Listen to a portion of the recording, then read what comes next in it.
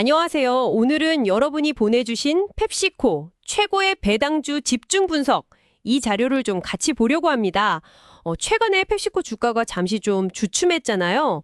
그래서 궁금증이 많으셨던 것 같아요. 네, 맞아요. 이 분석 자료는 뭐랄까, 펩시코가 단기적으로는 좀 어려움이 있어도 왜 여전히 장기 투자처로서 매력적인지, 특히 그 배당주로서 왜 주목받는지 그걸 파고 들고 있더라고요. 그렇죠. 오늘 저희 목표는 이 자료의 핵심을 딱 뽑아서 펩시코의 현재 상황, 또 미래 전망, 그리고 이게 여러분의 투자 관점에서 어떤 의미가 있을지 그걸 좀 명확하게 알아보는 겁니다.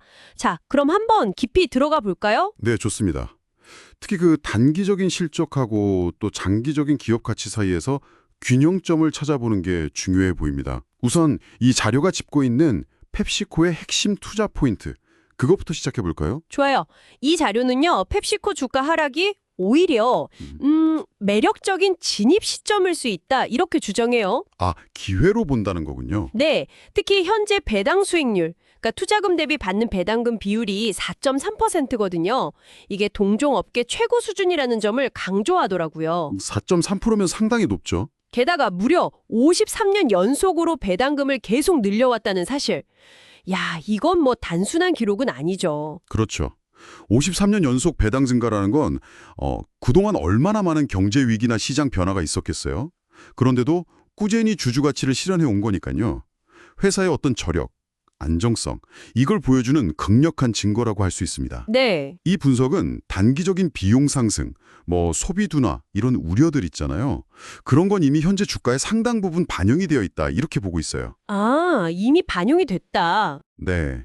그래서 장기 투자자 입장에서는 주가 상승 가능성도 있고 또 꾸준한 현금 흐름, 즉 배당이죠. 이걸 동시에 기대할 수 있다는 매력이 있다는 겁니다. 그렇군요. 코카콜라와의 비교도 되게 흥미로웠어요. 그냥 뭐 경쟁사다 이게 아니라 사업 구조 자체가 다르다는 점을 지적하더라고요. 네, 그게 중요하죠. 펩시코는 음료 말고도 그 프리토레이, 레이즈나 도리토스 같은 과자 브랜드잖아요. 맞아요. 스낵 쪽 강자죠. 그리고 퀘이커 오츠, 오트밀로 유명한 곡물 브랜드, 이렇게 사업 분야가 훨씬 넓다는 거. 네, 맞습니다. 사업 구조도 그렇고 더 중요한 건 생산이랑 유통 방식의 차이인데요. 펩시코는 생산시설 상당수를 직접 가지고 있어요. 그러면서 공급망을 아주 강하게 통제하는 모델이죠. 아, 직접 다 하는군요. 네, 이게 품질 관리에는 유리할 수 있는데 원자재 가격 같은 게 오르면 비용 부담이 직접적으로 커지는 단점이 있어요. 그렇죠. 바로 타격이 오겠네요. 반면에 코카콜라는 전 세계에 있는 독립적인 병입 파트너들한테 원액만 주고 생산이랑 유통은 맡기는 방식이거든요. 아, 약간 프랜차이즈처럼. 그렇죠. 비슷합니다. 그래서 비용이 늘어나면 그걸 파트너한테 넘기기가 상대적으로 좀 더 쉬워요.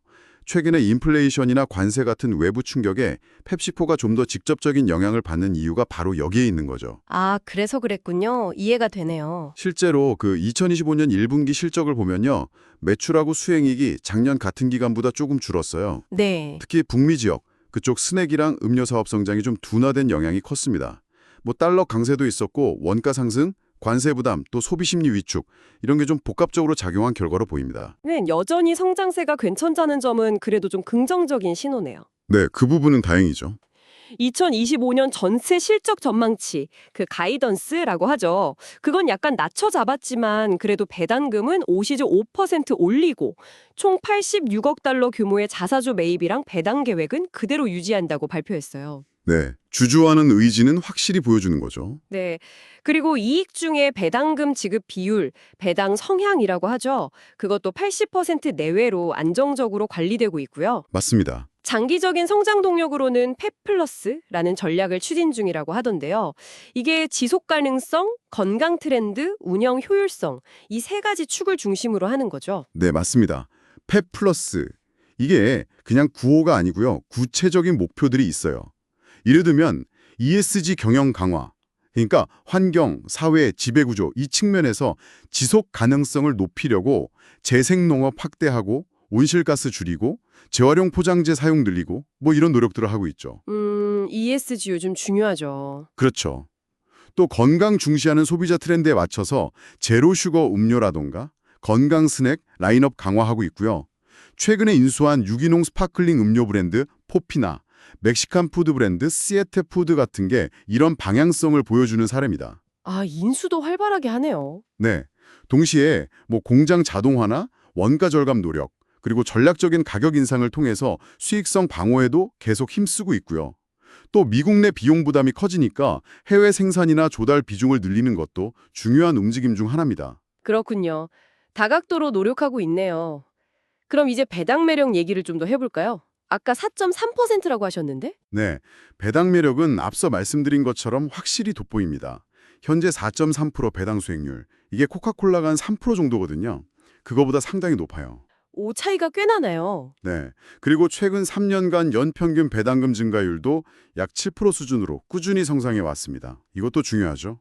와, 7%면 인상률도 상당한데요. 밸류에이션, 그러니까 기업 가치 대비 주가 수준은 좀 어떤가요? 밸류에이션 측면에서도 보면요. 이 자료에서는 주가 수익 비율, 즉 PE 있잖아요. 이게 한 17배에서 22배 수준으로 나오는데 코카콜라가 보통 20배에서 24배 정도거든요. 그거보다 좀 낮다고 분석하고 있어요. 네. 또 매출액 대비 시가총액 비율, PSR이라고 하죠. 이것도 2배가 안 되는데 코카콜라가 한 5.6배 정도 돼요. 그러니까 펩시코가 상대적으로 좀 저평가되어 있을 가능성이 있다. 이렇게 보고 있는 거죠. 아하. PE도 낮고 PSR은 훨씬 낮고 상대적으로 매력적인 가격대일 수 있다는 거군요. 네, 그렇게 해석할 수 있겠습니다. 자, 그럼 오늘 살펴본 분석 내용을 한번 정리해 볼까요? 펩시코가 단기적으로는 뭐 원가 상승이나 소비 둔화 이런 압박을 받고 있긴 하지만 그래도 스낵과 음료를 아우르는 그 다각화된 사업 구조 그렇죠. 그리고 강력한 브랜드 파워 또 50년 넘게 검증된 꾸준한 배당 성장 그리고 지금 보니까 경쟁사 대비 매력적인 현재 주가 수준 이런 장기적인 강점들을 가지고 있다 이렇게 평가하는 거네요. 네, 맞습니다. 특히 그 53년 연속 배당 인상 기록하고 4% 넘는 배당 수익률은 정말 인상적입니다. 투자 매력을 높이는 아주 중요한 요소 같고요. 그렇습니다. 단기적인 어려움 속에서도 장기적인 성장 잠재력, 또 주주 환원 의지, 이걸 꾸준히 보여주고 있다는 점이 핵심이겠죠. 네. 근데 여기서 한 걸음 더 나아가서 이런 질문을 던져볼 수도 있을 것 같아요. 오, 어떤 걸까요? 펩시코처럼 생산이랑 유통을 상당 부분 직접 통제하는 모델하고 코카콜라처럼 외부 파트너십에 좀 더 의존하는 모델하고 앞으로 뭐 경제 환경이 더 예측 불가능해질 수도 있잖아요. 그렇죠. 변동성이 커질 수 있죠. 네, 그런 환경 속에서 과연 어떤 비즈니스 모델이 더 유연하고 탄력적으로 대응할 수 있을까? 이 질문에 대해서 여러분 나름대로 한번 답을 고민해 보시는 것도 또 다른 투자 통찰력을 줄 수 있지 않을까 싶습니다.